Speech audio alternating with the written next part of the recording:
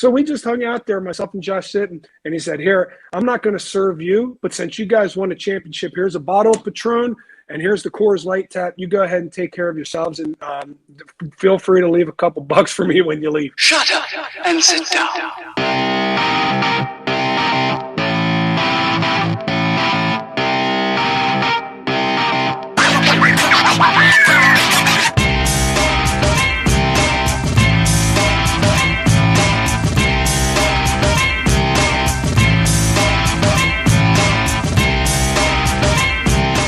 Inside Wisconsin is brought to you by Baycare Clinic, Cobblestone Creek, the University of Wisconsin-Platteville, Mill Home Supper Club, Festival Foods, Capital Credit Union, North Star Mohican Casino Resort, American Family Insurance, and Roll Tech.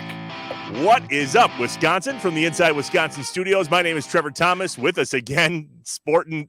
I love your sweatshirt collection. Look at this, Southwest Trojans. Pulling it back from the high school days. John Anderson. How about that? I put this on. It's probably 20 years old, but I'm not sure who the marketing guru was there, but I feel like that's pretty plain. Like, we get the point across.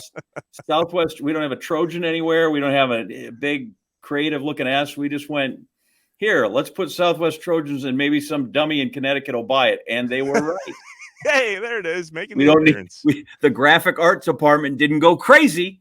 But that's okay. They made a sale. So we're proud of that. We're proud to be in the class of 83, Southwest Trojans. 1983, the year I was born. Anyway, hey, the Jordan Love you too. The Jordan Love era is here. It's not here. It's not here. We're having a glimpse of maybe the Jordan Love era. Fair thing, which I'm grateful for, even though that game should have been closer, just so we're all on the same page. I mean, we got some issues with the little kicking issue, but that I didn't think he played. All right, I looked it up. Rodgers' first year as a starter, 6-10. Mm-hmm. Favre's first year as a starter, 9-7. They made the playoffs that year. It was the first time since '82. Mm-hmm. Jordan's not even starting yet, and everybody's treating him like, oh, this so much for that. Yeah. And the Chiefs did exactly what they were supposed to. They sent everybody in their dog, because why not put as much heat as you can on this kid? Heat as you can on this kid. He had all week to work on it, which means you've had all week to get crazy nervous. I think that Coach LaFleur is right when listen, some of that is deflection. It's all on me. I put it squarely on me. Well, it's not all on you, because you never once had the ball in your hands and threw it. I get where you can do better, and I understand that. And it's nice you're going to be the heat shield. It's not going to work, because people are still going to go, no, listen, he's the guy that played quarterback, and he's done it before, and he's been around. So he's a big boy. He should be able to take some of the arrows that are come his way, and they should. He didn't play great. He played just fine. The defense was stellar. My goodness, if Aaron Rodgers can come back and the defense can play like that, then they're really, I feel like, a team that was great. They didn't really lose any ground, because everybody that was there dropped games too. I guess technically, with the way the Cardinals and Rams played, they were, they inch ahead there. But there are things to be encouraged about that. I'm less encouraged about number 12's PR image has taken a large hit in this. And I'll be honest, I'm not so sure that rightfully so. I am a guy that thinks you should get the vaccine. I think it helps. Okay, I get it. I do think that, especially, I thought Aaron was, now, as it turns out, it seemed a little misleading. People jump on he lied. You could do that, right? He was misleading. Yep. He was deceptive. It was a misdirection. So there's all kinds of different ways, and just depends how angry you are in what you decide. If he's a big fat liar, or if he is a guy that was playing fast and loose it's the old NASCAR thing, right? I'm not cheating. I was just trying to get away with stuff. I think that's what he was trying to do. He was trying to get away with stuff. And the guy is damned if he does. I would have liked a better explanation. And he gave one, quite lengthy. For everybody that does this, I would like a better explanation. So if people want to come at me, that's fine. But the guys that are like, it's deeply personal, I don't want to talk about it. Okay, but just explain it to me. This all happens to him in a year where he's damned if he does and damned if he doesn't, right? I mean, like, you cannot do all. I think he's damned if he does, and he's damned if he does. Yeah, pretty much. And he's doing. Speaking of doing, John Kuhn did some things when he was a Green Bay Packer, and now he's doing Packers Radio Network, and he's got his own radio show. Tell me about some of your favorite memories of our guest today on Inside Wisconsin, John Kuhn. Listen, I just like the fact that there was a fullback when we throw it every down. I enjoy the fact that there's a guy that played. They're always tough, right? I like the guy that puts his nose in there, is not afraid. He knows he's going to get hit. So I like that. That to me is sort of football I remember. And if you remember back far enough, John Brockington, the legendary Packer, who I think is probably still third or fourth on the all-time rushing list.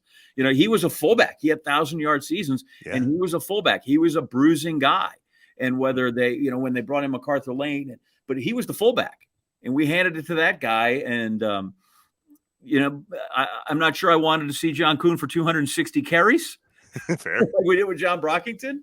But that's great. And then, I like anybody that's got a syllable or a name that you can serenade him with, right. And the whole place the whole stadium just lights up. It's fun. You're going to love it. And if I can interrupt real quick, sorry. It's even more telling about how many Packer fans are on the road, because you expect it when he's at home, right? But how many times that guy carry a ball in some other city, and you're like, apparently they're pretty good number. They're here. They're here. Game, right? That's awesome. Yeah. Sometimes it was gentle. Sometimes it was and then sometimes it was more like, wow, we sold out San Diego. It's warm there that time of year. This is fun. You guys are going to love this. Our guest today on Inside Wisconsin, legendary Packers fullback, John Kuhn. Shut up and sit down. So here he is in the flesh and the black NFLPA sweatshirt, legendary Packer fullback, John Kuhn. John, thanks for being on with us here on Inside Wisconsin. What's up? Absolutely. It's a cold day up here in Wisconsin. So, I got to throw the hoodie on. John is not in Wisconsin, so he's not feeling it yet. But you and I are feeling it quite a bit. Yeah, it's getting chilly. Listen, Connecticut, we got down to 30 last night. We're no joke. We're not a tropical paradise out here, okay?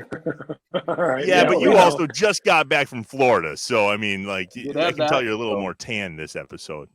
Yeah. Oh, yeah. Look at me. I'm completely. I look like George Hamilton. Obviously, I'm mistaken that way. So, John, I love that you are completely dialed in on all things Packers. And obviously we know that you're involved still. And honestly, it was one of your wishes when you retired as a Packer back in 2019. You said you wanted to stay around the game. Did you ever think that it was going to be at this level, now being a broadcaster, both on the Packers Radio Network and obviously doing the 9 to noon show on a few radio stations across the state? Is this what you were hoping for? Well, I dabbled a little bit while I was playing with some media stuff. I did a webcast out of Appleton for a while. That was a lot of fun. One of my ex-teammates, Mark Tauscher, had a great idea that we should start a radio show, knowing absolutely nothing about radio and just acting like we're in a locker room talking. It was an epic fail, but it was fun nonetheless. And the more I did it, the more I realized there's an opportunity here for me to do something that's fun, that people like, that I do. And I found that out very quickly. So when I was done playing football, I was kind of torn. Should I go into scouting? Should I go into coaching? Or should I go into broadcasting? And, if I was going to do any of them, I wanted to do them at the highest level. I wanted a crash course. And in fact, my last year playing down in New Orleans when I tore my bicep, I spent the remainder of the season in the scouting department and with the coaches creating game plans and doing that time there, which was a tremendous learning experience. And, it really gave me that itch to get into scouting and coaching. However, the true opportunity for me to keep my family in Green Bay, to keep my family in Wisconsin, for me to stay as close to the Green Bay Packers as I could was on the media side. And for me, that was a no-brainer. Get to keep my family in Wisconsin, get to keep my kids in school here, get to still, kick it with all my friends and people that I have here, stay in the community of Green Bay, keep golfing, Green Bay Country Club, and going over there to work at Lambeau Field on Sundays. What gets any better than that? There's nothing better than that for me, and I love working the sidelines for the games. The hair still stands up on the back of my neck, and it's so much fun. How do you shake, and you don't obviously ever want to shake all the player out of you because that's what makes your view unique. I always tell this great story. I was at the NBA Finals, and Dwayne Wade was with us, and we went to break. and they were showering champagne in the locker room. And he looked at me and goes, man, you have no idea how that burns in your eyes. I said, that's why you're here. That's totally why you're here. I can tell that a guy set a back pick and bounced it. Or I can look at a football play and go, wow, the pulling guard missed his block. I can do that. But what I can't tell you, and that you can, is what it's like to charge through that hole, knowing that you're going to have to hit some linebacker or something like that. And so that perspective, so you're standing there on the sideline, how often do you catch yourself going, that guy missed that read, or I really would like to had the ball there, or I really would like to have laid that poor guy out through the hole and taken somebody out, because I imagine that's hard on Sundays to just, is you're still fairly close to it, to just rinse that out of your system. Yeah, people ask me all the time, do you miss the game? And there are a lot of things I do miss. The things I don't miss is the real work. We used to always say in the NFL, you got paid for Monday through Saturday, and then Sunday you played the games for free. I don't miss Monday through Saturday, the early wake up calls, the 12 to 15 hours on Wednesday and Thursday, and all the preparation and stuff that you have to do for your bodies to make sure you're in tip top shape, because you can be in good shape, but you're not in football shape, the shape that keeps you from getting hurt week in and week out and doing those things. But the things I do miss is being on the sideline, smelling the bratwurst in the air, seeing the fans scream at you from the sideline, running out on Lambeau Field when your name's called, and when that whistle's blown, you watch them out on the field, and the feelings that they have. You know what it feels like, and nobody else really does. And I try and explain it to people all the time. What it looks like on the field is not at all what it looks like through a face mask coming from your own eyes. The game simplifies itself, and you're playing in your own little 3-yard bubble. And I think about that regularly from the sideline, and I have to think to myself, he didn't see that play the way I saw that play. And I know a lot of times when people miss blocks or they miss reads, it's because you can't see perfectly in your little 3-foot peripheral that you have between these face masks. The other thing I really miss is I miss the bonding with the teammates, and specifically a flight home from Arizona, like the Packers just had last Thursday night after they beat the Arizona Cardinals, when some would say they shocked the NFL landscape with going in there and beating an unbeaten Cardinals team without some of their top players. That feeling cannot be duplicated. That feeling of everybody put into this one common goal, coaches, scouts, players, and all the way up and down the roster, even the ones that didn't play, and they accomplished a great feat. And being able to celebrate that with them and only them, because when you have a home game, you come straight out into the family room. So immediately after the game, you do your breakdown with your team, you take a shower, you're with your family, and you get you got the opportunity for your family to pat you on your back and tell you how great you did, and you give your kids a hug and a kiss, and your wife, and then you go home and you come in the next day, you digest the film, and it's right on to the next day. But when you have an away game like that, and you have those rides home on the plane, you get to spend that time, that extra time with your teammates. That's a special feeling. That's a special bonding moment. I miss game days, and I miss the team bonding with my teammates. The cool part is you still get to see a bunch of your old teammates. I mean, you're doing it here as the Packers sideline reporter for the radio broadcasts, and a lot of the same guys that you played with are still playing. There was also a game earlier this season where a guy that you played with, who's actually been on Inside Wisconsin, who's doing your job for the Lions, was in town, TJ Lang. And I happened to see that you guys were chumming on the sideline. Talk about what that means to you, John, when you get to run in not only to your current teammates that are still Packers, but guys like TJ who are now doing what you're doing with other teams. Yeah, that's great. And it's funny now. There's several guys I played with around the National Football League that are doing the same thing. Max Starks is the sideline reporter for the Steelers. Got to see him and hug him on the sideline during the Steelers game earlier this year too, just like TJ. So it's fun. And those guys are both football heads like me. Those guys are both, they're in it. If they weren't doing sideline, they'd be watching every single game. If they weren't within the teams that they're with, which, for Max, it was his team. TJ, it's his hometown team. He finished his career there. He's more seen as a Packer, though, I would say. Most people would recognize him as a Packer. And then for me to be here as a Packer, it means the world. And for me to know what it feels like for me on game day, and I know TJ and I know Max, I know both those guys, they have that love for the game like I do. And I know how much it means to me to show up at Lambeau Field on Sunday when this thing's about to kick off. So it's pretty cool to know that some of my teammates get to experience that as well. Right. Like, how much can you tell us that flight back as you were going to envision it from Arizona? Like, what kind of shenanigans go on there? Well, quite some shenanigans, and whether they like to admit it or not, yes, they happen. And there's a reason why the players are separated from the coaches. You know, on some teams, the players sit in first class. On some teams, the players sit in coach. But either way, it doesn't matter because they're partitioned between the coaching staff, they're partitioned between the media department. They have their separate little spot where they can pull their strings and get whatever they need to have so that they can have a great time. Cards are being played, music is being played. Guys are razzing each other. It's exactly what you would anticipate a locker room to be, only 30,000 feet in the air. It's a fun thing to experience. Meanwhile, the coaches are breaking down film. They're just digging in right there. They're just checking out load schemes, all kinds of stuff. Every now and then you get the offensive line coach to walk to the back and here, what I want you to see is this. And it's like, can you give us some space? Like, the game just ended. We're coming back tomorrow. We'll be in tomorrow. You can teach us tomorrow. Get on. And you go, yep, you're right. I'll talk to you tomorrow. Perfect. Terrific. You were kind of like an offensive lineman for a lot of the time that you played here in Green Bay, John. I mean, you scored a bunch of touchdowns. We knew you were getting the ball. You could hear the crowd yell Kuhn when you were coming in, but a lot of your stuff was blocking. I was watching some of your highlights earlier, and there was a play where B.J. Raji down in Atlanta was your blocker. What was that like, knowing that it was your job mainly to make the way for the other guys, but every once in a while, and it was fun to watch, you got to put it in the end zone too? Yeah, it was tremendous that I got to land in a spot like Green Bay.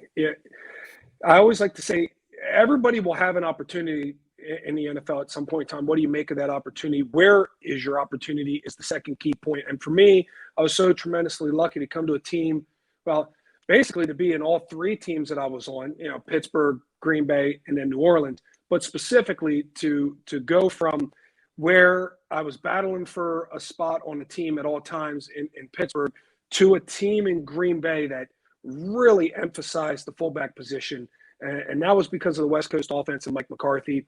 There was a couple years we carried three fullbacks on the roster, on the active roster. We would dress all three fullbacks. That is blasphemy in today's NFL. They won't let you dress three fullbacks if you want to dress three fullbacks. But we did that multiple times over the course of 2 years. And the fact that Mike McCarthy not only trusted his fullbacks to be roster spots, but he trusted one of them to carry the ball as much as myself, I was just tremendously lucky. Now, to speak to the B.J. Raji thing, everybody knows the fullback has to be bigger than the halfback. But when you have a fullback that weighs 260 pounds like I did, you struggled trying to find somebody that was bigger than him to put in front of you. B.J. Raji just happened to fit the mold, and that's why he was put in there. But he did a great job, and that package was called Hippo package. So that one made a lot of noise for us. Great. Even in playbooks, we're body shaming people. That's terrific. You talked about the great opportunity to be here in Green Bay, but it seems to me that for a guy who is Pennsylvania sort of through and through, and to play for the Steelers had to be the first dream come true, right? Of a kid that wanted, and so how did we adjust our thinking from Steeler Nation to the hamlet that is Green Bay? Yeah, so, first and foremost, I wasn't a Steelers fan growing up. I wasn't an Eagles fan growing up. I grew up right on the line where the two fan bases met, and right. I chose to take the road less traveled by and root for the Cowboys and really mess with both fan bases right off the bat. So that was my team. Yeah, that was my team when I was growing up. But going to Pittsburgh was a dream come true because I got to stay closer to home. My future wife at the time, who I was dating, her family was all from Pittsburgh. So I got to kick it with them while I was out there, and she was finishing up schooling. And really, I learned a lot in Pittsburgh because the way they utilized the fullback was the tools I needed to learn. As I said, Mike McCarthy kind of exploited the fact that I could handle the football. That's what I did in college. I wasn't much of a blocker. But Bill Cowher's offense, Ken Wisenhunt's offense, that fullback was a slobber knocker. So you had to go in there and learn how to block, learn how to use your forehead, learn how to use your hands. And that's what I learned there. And I had a great teacher in Dan Kreider, who ironically, his hometown was right next to my hometown. So not only did we play together on the Steelers, he would allow me to work out with him and do his training regimen with him in the offseason. So that was a dream come true to go there. Now the adjustment to take place to go to Wisconsin is Everybody tells you that they don't know where Green Bay is. I knew Green Bay was in Wisconsin, but I had no idea really where Green Bay was. When they tell you these things, it's absolutely true. And growing up in the East Coast, in Appalachia, with trees and deciduous forests everywhere, and then you land down at Austin Straubel Airport, and it feels like you can see for miles because the land is so flat, and you jump in a taxi circa 1980, and they're listening to Bob Dylan on the radio. You are thrown back in time. You are taken back in time to a place, and I call it my childhood. Everything that I experienced when I first got here, it was like I was reliving my childhood. And they could still smoke in restaurants when I got here. It was just a different place. But I embraced it and I loved it. And I found one thing was very familiar: the people. I felt like the people were very much like the people in Pennsylvania. I felt like they were nice. I felt like they were warm. I felt like they were welcoming. And that was a huge plus for me, because when I came here, again, all by myself, it was before my wife and I got married, I had nobody else. I had the people around me in my locker room. And when I go out and about, I had the people who were here, and they embraced me and they treated me so well. And it was a tremendous experience. It's why we've never left. More about why Wisconsin feels like home even today. We're back with John Kuhn on Inside Wisconsin in just a bit. Inside Wisconsin is brought to you by Baycare Clinic, Cobblestone Creek, the University of Wisconsin-Platteville, Mill Home Supper Club, Festival Foods, Capital Credit Union, North Star Mohican Casino Resort, American Family Insurance, and Rolltech. JA Inside Wisconsin and American Family Insurance. We're calling it Quotes for a Cause. Pretty awesome. I like it. I want to learn more, and I'm glad that we are a part of this with American Family. My thought is, listen, if it's good enough to be on the Brewer Stadium, or you can put it on Steve Stricker's sleeve, that is a great partner, great neighborhood. I'm glad we're there. Us too. We are glad we're here with them. It's Quotes for a Cause. Head to insidewisconsin.com/AmFam. Get a quote, and your local participating agent will donate $5 to Habitat for Humanity. John Anderson's going to come and build houses. I just signed you up for that. Listen, my dad, Collins Custom Basement, for years, donated a basement to Habitat Humanity every year. That he went out and did that in the Green Bay, Brown County area. So I can't think of a better partner, and I can't think of a better cause, especially in and around the holidays, right? Gosh, if you can get somebody home for a holiday and get them in and get them shelter and put that Christmas tree up or have that Thanksgiving dinner, whatever it is, boy, that'd be special. And we are lucky that we get the chance to be a part of it. InsideWisconsin.com/AmFam. It's Quotes for a Cause. Go and work with your local American Family Insurance agent. Go there now. Insure carefully. Dream fearlessly with American Family Insurance. We are back in between segments with our guy, John Kuhn. So in honor of this idea of Kuhn, and yes, it's his last name, but it kind of turned into a nickname. We posted a graphic last week on our social channels and asked people, what are your favorite nicknames on the court and or off the court? And so I thought that would be a fun top 5 list. I'm curious to know your favorite top 5 nicknames of guys that played, and I'll give you my top 5 nicknames of people that maybe didn't play, or if they, they did play, we don't know them. And I wrote down a few, but so these are people. First. So these are people. I think like my favorite nickname is Green Bay's Titletown USA. That's also a nickname. I'm cool with that. That right, works but too. You're talking people, okay? Because there's some, people. Like there are cities in Wisconsin. One's like we're the turkey capital of Wisconsin, then one's like we're the turkey capital of the country. Sure. Yeah, and I think we have everybody's got some. Seymour, home of the hamburger, right? There you go. America's not the Festy Burger. America's Dairyland, really good nickname. Yeah, that works for us on our license plates. Yeah. So yeah, and it's I'm trying to. Gosh, there's so many out there, right? Once you start thinking about it, yeah. Oh, yeah. And so I'm going through do I make this timely, right? Because does everybody remember the Alabama antelope, right? Don Hudson, who was great. Do you remember the Wisconsin's first Heisman Trophy winner, the horse, Alan Amici? There are guys that in the Packer history that were sort of more known by their nicknames than like Johnny Blood McNally. I've never heard anybody just say Johnny McNally. He was always Johnny Blood McNally. Buckets Goldenberg. I don't even know what Buckets Goldenberg's first name is. Everybody just called him Buckets Goldenberg. I do know he was a Russian. I don't know if you remember. You knew that? He was a Russian. No. Yeah, he and Not his a clue. family emigrated. He was from Russia, and he lived in Milwaukee. So there are guys like that. Then you have like Reggie, right? The Minister of Defense is terrific. Right. And there's a great nickname. But I don't know that that was one of our nicknames. He brought that with him. Sure. Okay. Right, when he Fair. came through. Okay, so and maybe I guess this guy brought it too. But so if I was going to give you a 5. Yeah, give me 5. Okay, so number 5 is Paul Horning, the Golden Boy. The Golden Boy. Loved Golden Boy. And then when we were home, we saw him over at the Union Hotel. Donnie Anderson, the Golden Palomino. What a great nickname that is. Wow. The Golden Palomino. I think he had that from when he was in Texas Tech.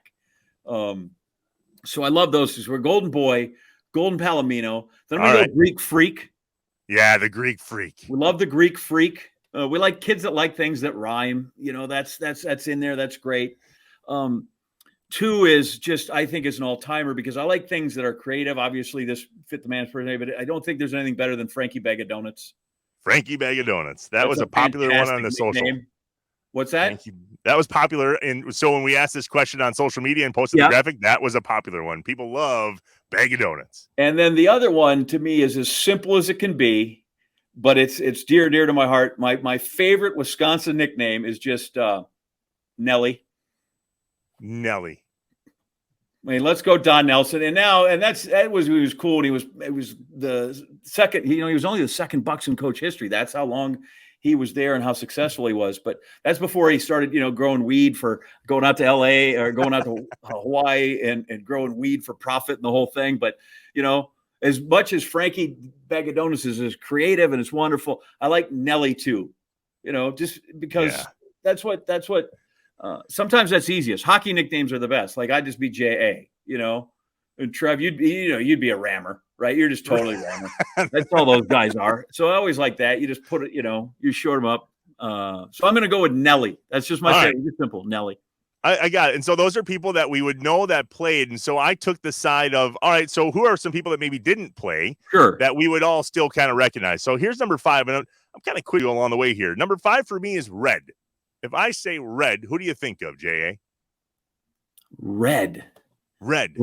Well, Red Grange is who I think of, but he's not a Wisconsin guy. So there was 2 names that came to my mind when I saw the word Red. It was Red Batty, the equipment manager for the Packers, 41st season. And then you might remember him. He's actually from Wisconsin, New Lisbon, Wisconsin. Red Foreman from that 70s show. Red. Reginald. So I'll be honest. I have television. I even have a lot of the cable packages. I don't know that person. What? I've never watched the 70s show. I know they're in Wisconsin. Kurtwood Smith. I don't. Sorry. All right. Red. Number 5. Number 4, Flea. Yeah. You know who Flea is? I do. Brian Engel. He's the Packers trainer, and he's the one that found Aaron Jones' father's ashes at 2 in the morning in the end zone. Really cool story. Don't be confused. Not the guy with the red hot chili peppers. That's also not that Flea. That is also different Flea. That's kind of a fun nickname. I don't know why they call him Flea. I couldn't find it, but maybe we'll have him on at some point. Number 3, and you've actually used this term on the show before, Rock. Everybody's a rock. Everybody's a rock. Like, it doesn't narrow down who it is. Could be Larry McCarron. I didn't even know who it is. Yeah, right. Rock. Which one? Palominos. There aren't 2. No. Of course, Larry McCarron and Bill Schroeder from the Brewers broadcast. Rock. Yeah. Number 2, and I'm curious if you know where it comes from, Bud Selig. Alan Bud Selig. Why do they call him Bud? Don't know. Me neither. Do you know who his partner? Do you know who his partner was when he bought the Milwaukee Brewers? He was a car dealer. You know who his partner was? No, tell me. Edmund Fitzgerald.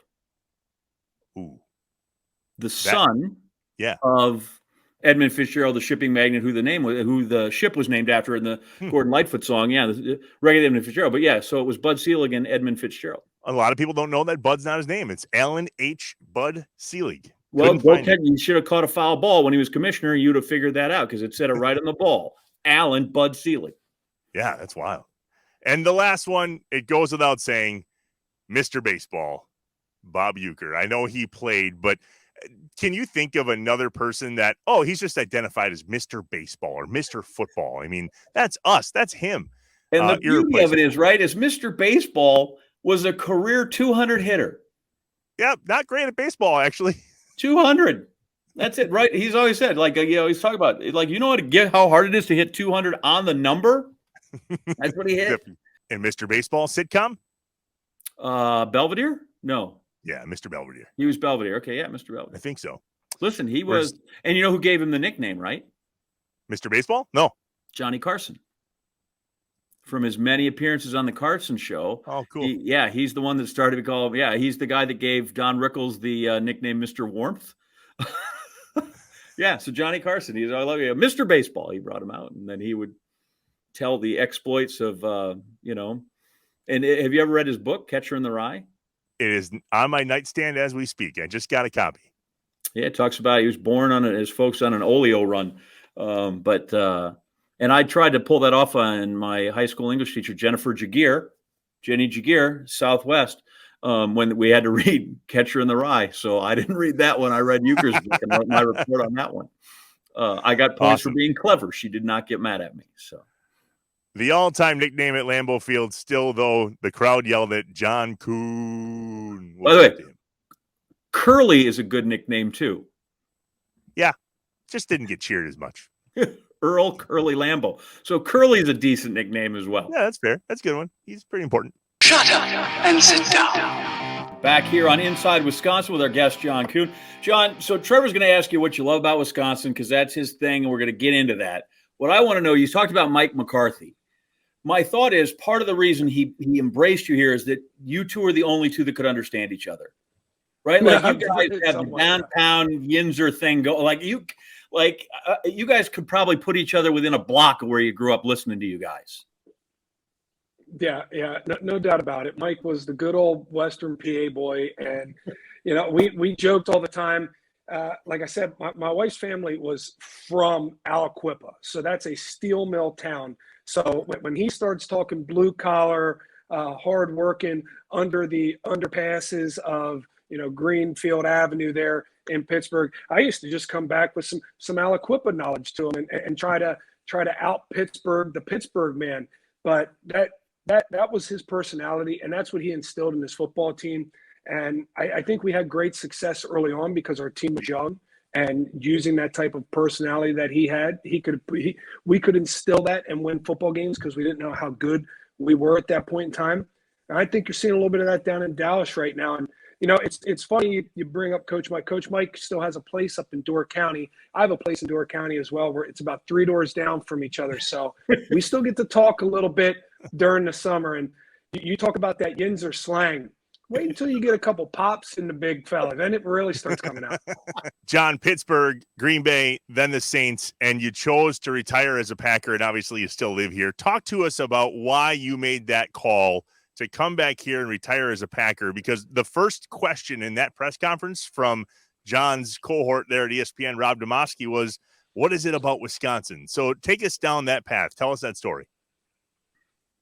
Well, it was simple for us. Once we started, having kids, it was, where are we gonna put our roots down at? Now, people don't realize this, and so this is going to be a good little story here for you guys. When you get into the NFL, you move to your city, you move to your team, and depending on where the city is, some guys stay there in the offseason, some guys leave. In the case of Green Bay, many guys leave. Very few stay here. However, we had spent years already where we would leave one city and move to another city in the offseason, meaning myself, go stay with my wife. But when we got married, she worked at the time, and it was too much for us to then be moving cities in the offseason. So we always just lived here in Green Bay. And when we started having kids, we needed to start thinking seriously about where are we going to stay in the off seasons.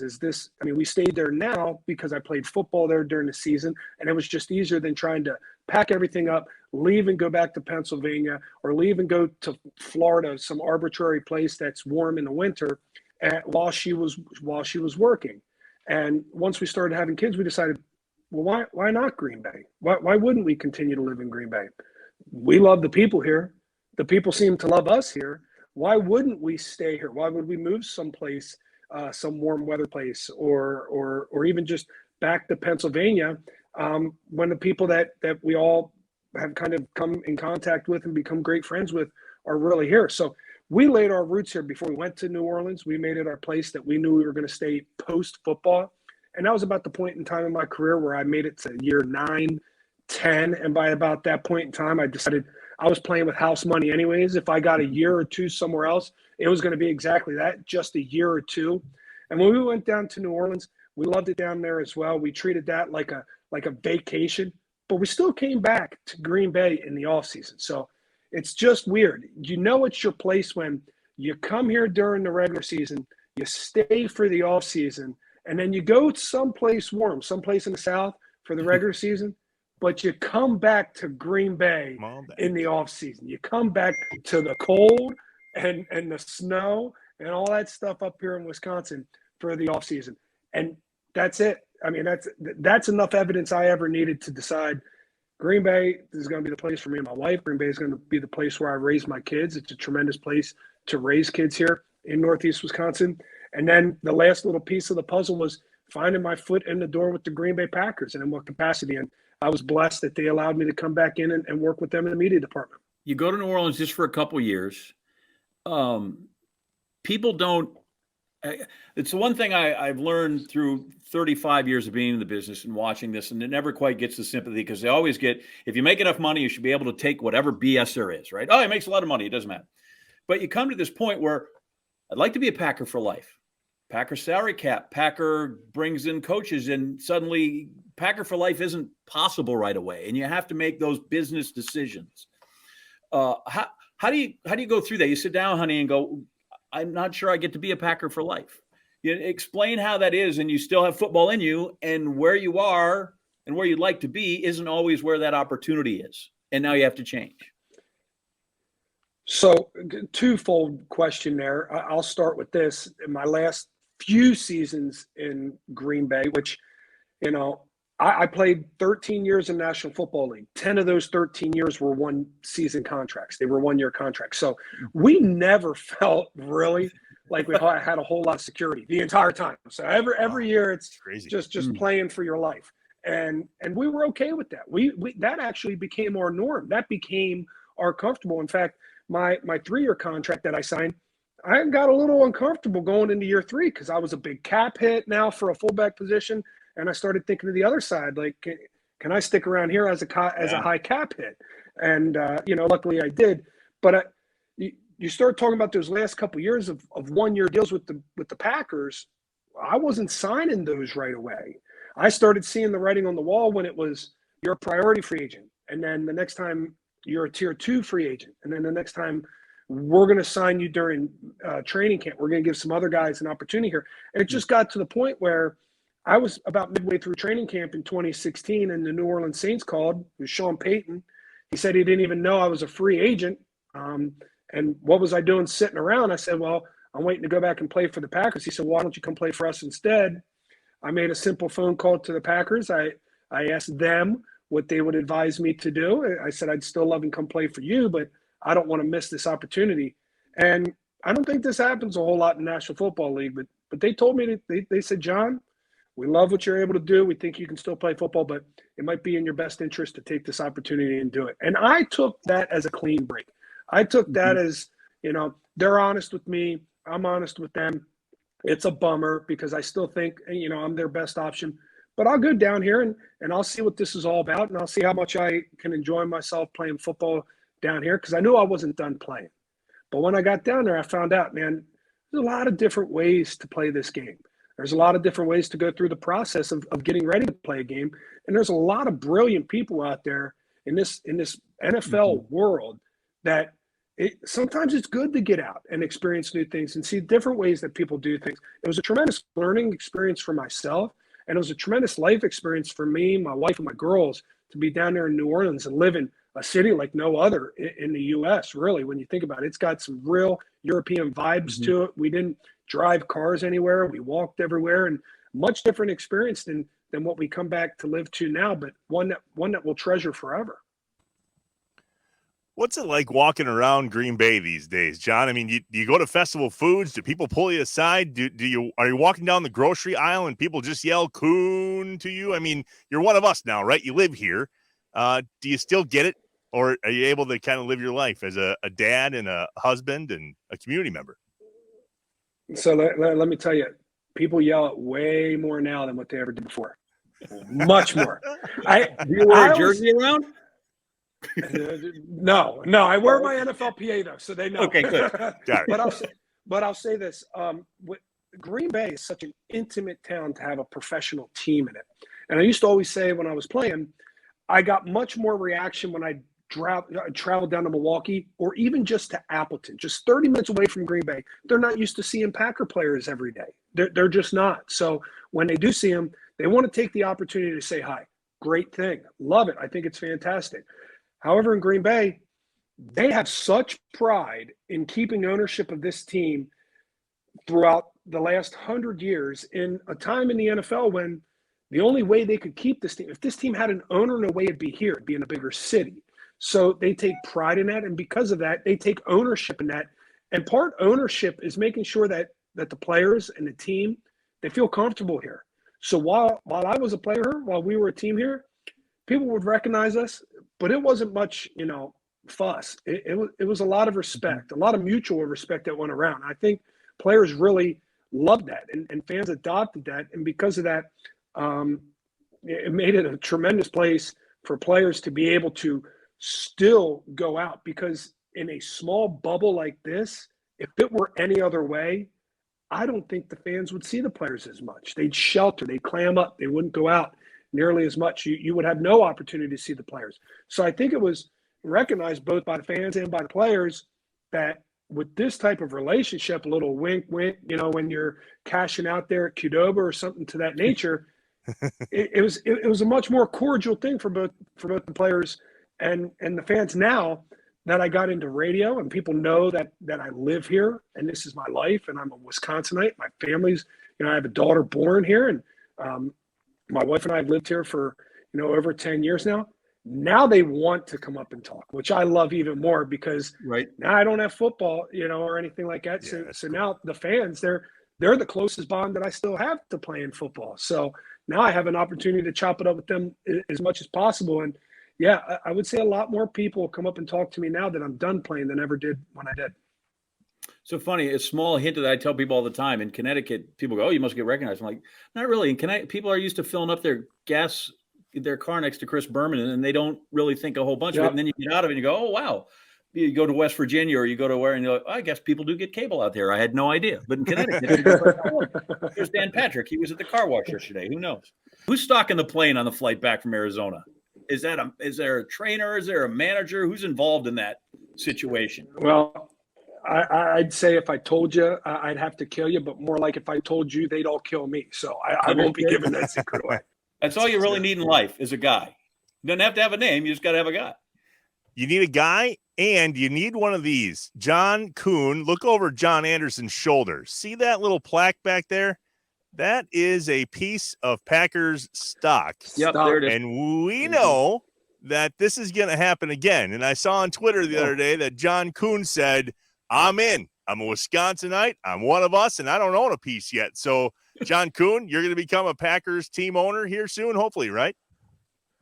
Yeah, and it's funny, the change in my impressions and feelings about this. As a player, I thought it was crazy. I did. I thought, I can't believe the Packers go and sell these pieces of paper for $250 a pop, and this is what people are willing to do. But when you dive down deep into it and you really find out about the history of the Green Bay Packers and the purpose that the stock still has, right? It's an optional donation so that the team can make upgrades that fans that want to donate, and even other fans that either can't or are unwilling to do it, they get to reap the rewards and the benefits of a team staying here in this small town, to be able to have a professional team, and not just a professional team, but to have that historic Lambeau Field and have it as nice and as close to perfection as they can possibly have it. I think it's a tremendous thing. You look at what's going down in Chicago right now. They're buying land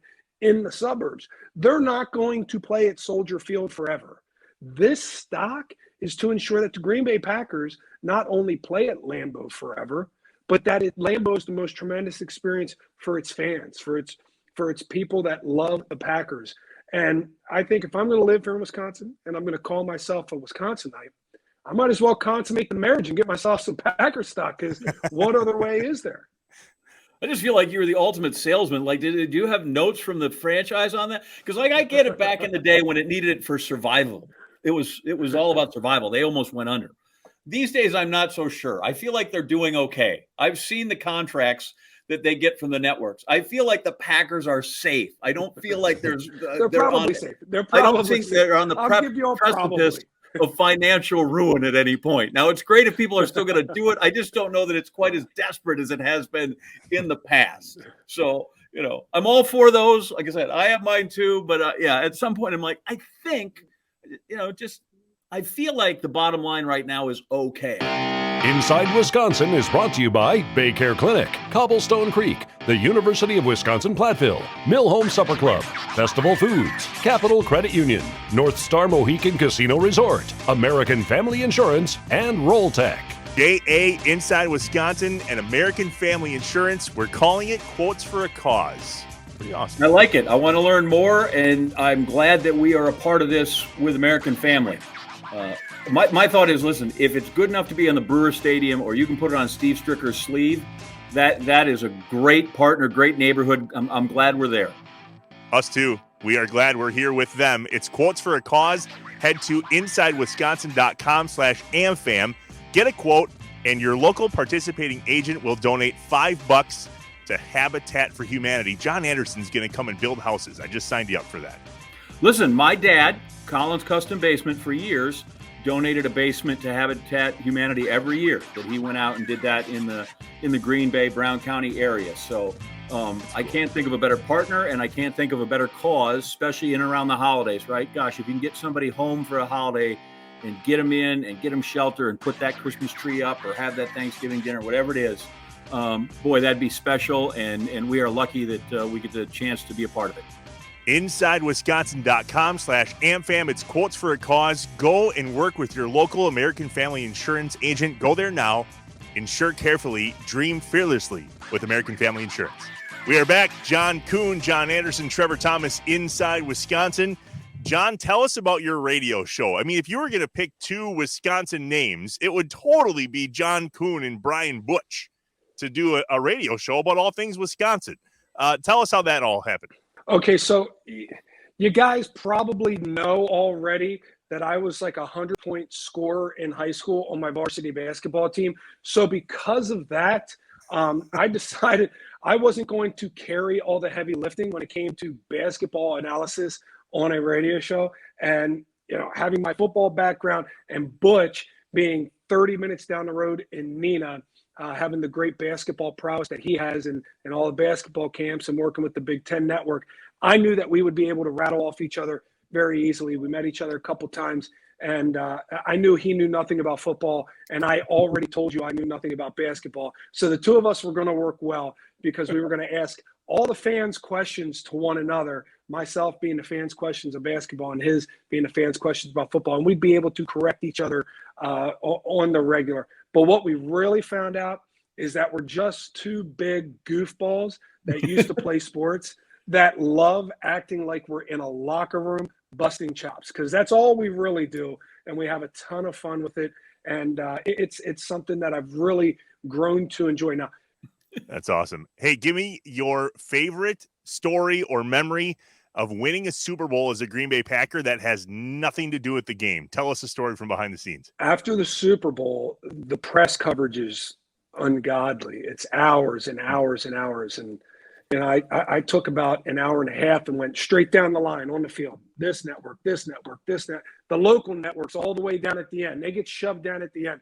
This network, this network, this network. Someplace up there in Rhinelander, that network. And then I was done, right? I did 2 hours worth of media coverage, and I came out and I found out, well, Mike and Aaron didn't even start their media coverage yet, so you guys might as well get comfy, because the 5 buses that the team was on, wasn't going to leave for any time soon. So myself and Josh Sitt, we started sneaking around in AT&T, the belly of AT&T Stadium, and we found ourselves a club that had no patrons in it anymore. All the fans had left. It was a couple hours after the game, and we found our way in there. And some just low on the totem pole bartender was in there cleaning up a mess of all messes. It must have been a Packers party in there because it was mess all the way up to the ceiling. But he's cleaning this thing up, and we said, hey, do you care if we kick it here until our buses leave? And he said, sure, no problem. I don't think I'm going to be out of here anytime soon. And we said, well, what can we order? And he said, here, I'm not going to serve you, but since you guys won a championship, here's a bottle of Patron, and here's the Coors Light tap. You go ahead and take care of yourselves, and feel free to leave a couple bucks for me when you leave.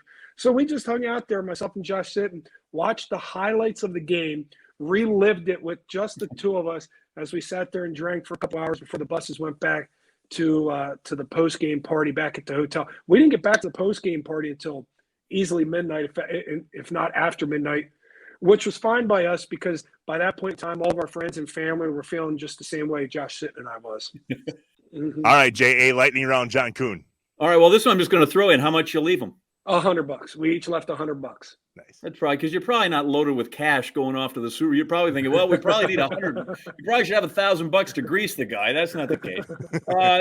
What was your longest career carry? Oddly enough, nobody counts it, but I do. It was in the Pro Bowl, 32 yards. Nice. All right, what's the one that I have is 18 yards in 2010? What was that play? Well, I did 18 yards twice now. I did it once with the Steelers when I was out there. I think I was against the Cleveland Browns at home. And then I did 2010 in Chicago against the Bears on Monday Night Football. Very good. And what was it like? What do we have? Just a fullback dive or what?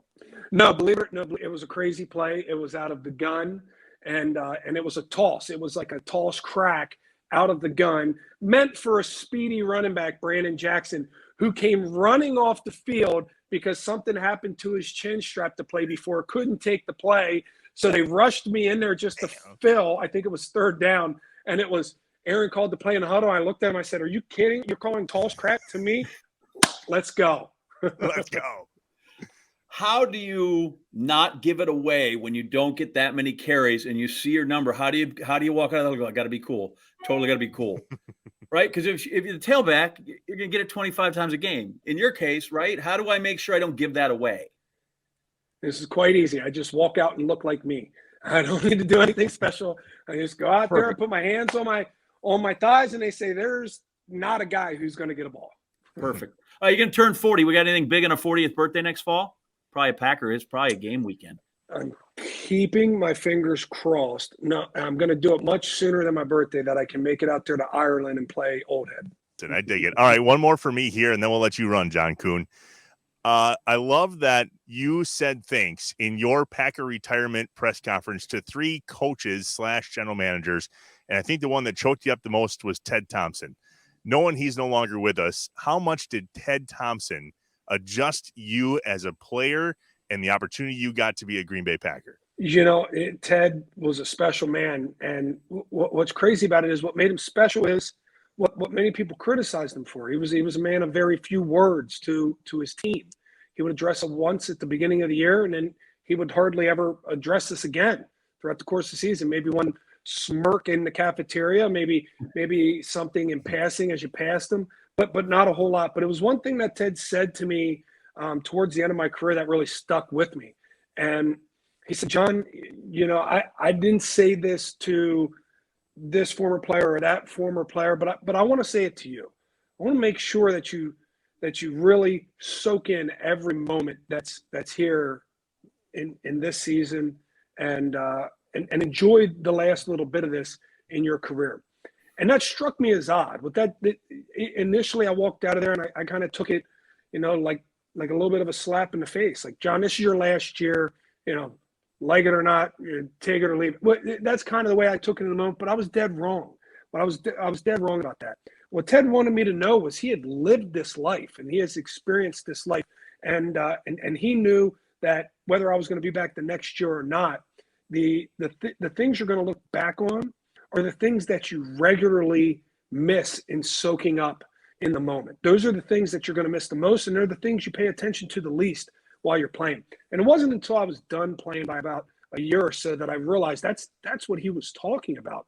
And I felt a tremendous honor that Ted Thompson took a moment to sit me down and have a private conversation with me about that. And I think he did that for a couple of reasons. I think he did that because he respected me, and I think he did that because he loved me. And I can't speak for him, but that's just what I felt in the moment. I thought it was pretty cool. I think that's incredibly cool. And somewhere Ted Thompson is smiling.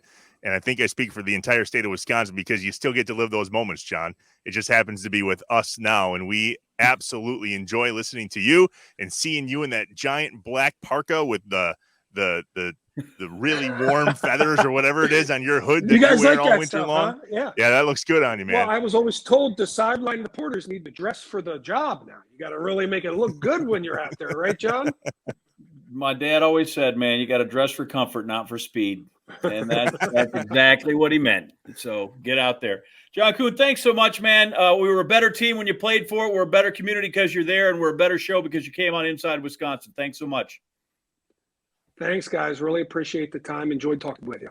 Shut up and sit down. John Kuhn sounds like a guy and looks like a guy who literally he could put him on the active roster tomorrow. We could. Doesn't His he? beard game is awesome. Yeah, and I he love looks that. in shape. I love the passion that's always there. So, and I think anybody that plays that position is dripping with passion. Beard is good. By the way, your beard looks nice, but what do you have going up on top? I feel like usually the geese fly south in the winter, and somehow yours, the geese have returned. What do you? You told me to flock them, right? You just flock the geese. You said Scott Van Pelt says flock the geese. So it's No Shave November. Our friends at Bay Care Clinic to promote men's health, right? And this happens everywhere. It's all about, listen, I wasn't going to go bald. I mean, I'm going bald, but I wasn't shaving my beard off. That wasn't happening, especially in the month of November, hunting season, right? So I said, all right, I'll grow my hair out. No Shave November. I'm a balding, middle-aged male. I do not have full coverage. And I'm like, how can I do it? Because it means a lot to me, John. My brother, Brady, is a testicular cancer survivor. So what does No Shave November promote? It is all about men's health. Check the boys. That's the best way I can put it. Check the boys. If you don't check the boys, things go south in a hurry. You gotta check, man. So I'm growing the hair out. I'm flocking the geese for No Shave November. This is about cancer awareness for testicular cancer.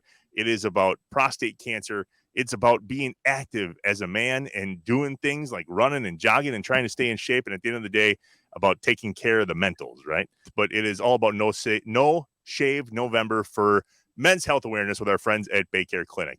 So here's what we're going to do. Instead of John, Wisconsin, we're going to end this with a couple of things. So I have my proud Southwest Trojan sweatshirt on. Yep. I'm going to read you the other schools in Wisconsin that are Trojans. Okay? Yeah. Did you know that? Beloit Turner. The Beloit Turner Trojans. Dodgeland Trojans. This makes sense. East Troy. They're the Trojans. Okay. Kenosha Tremper. Didn't know that. Milwaukee Bradley Tech, Trojans. New Auburn, Trojans. North Crawford, Wauwatosa West, and Bayfield to go along with Green Bay Southwest. All Trojans. So now I ask you, how many Blue Jays do you think there are out there? What were your school again? Johnson Creek, so my family doesn't blast me. Johnson Creek Blue Jays. Well, I know there's two for sure because Cambridge were the Blue Jays. We talked to Matt Kenseth about that. Correct. Yep. I can't. I might recognize them when you start rattling them off. But there's are there two, and then from the database I'm using, you got three other ones. There are three other Blue Jays. One's just down the road, Menasha. Oh, I didn't know that. Cool. Menasha, right? It's the Neenah Rockets, right? And the Menasha Blue Jays. Menasha Blue Jays. All right. Merrill, the Merrill Blue Jays. They're just like Johnson Creek. Creek, guitar, banjo. They're Blue Jays, one word. And then Three Lakes. The Three Lakes Blue Jays as well. And after you got that, then you're on. They're out. You're done. That's it. 5 Blue Jays. Lots of Trojans, though. Did you say Dodgeland? Yeah. Yeah, that was in our conference, too. That's Juneau. We love it when you guys interact with us on Facebook and Twitter and Instagram and all the other social channels. If you need to follow along, which we would appreciate if you followed along, head to InsideWisconsin.com. Until next time, for John, I'm Trevor. As you were, Wisconsin, let's go deer hunt. Inside Wisconsin is brought to you by Baycare Clinic, Cobblestone Creek, the University of Wisconsin Platteville, Mill Home Supper Club, Festival Foods, Capital Credit Union, North Star Mohican Casino Resort, American Family Insurance, and Roll Tech. Shut up and sit down.